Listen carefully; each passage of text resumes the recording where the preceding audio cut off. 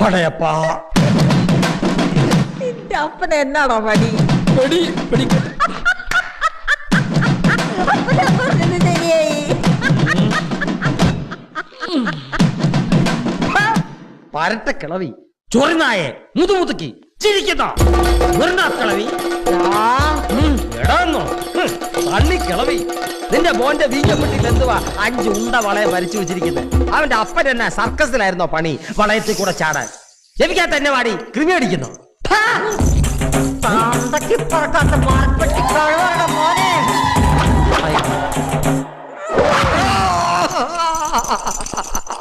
എങ്ങനെ ഉണ്ടോ എന്റെ പിരി?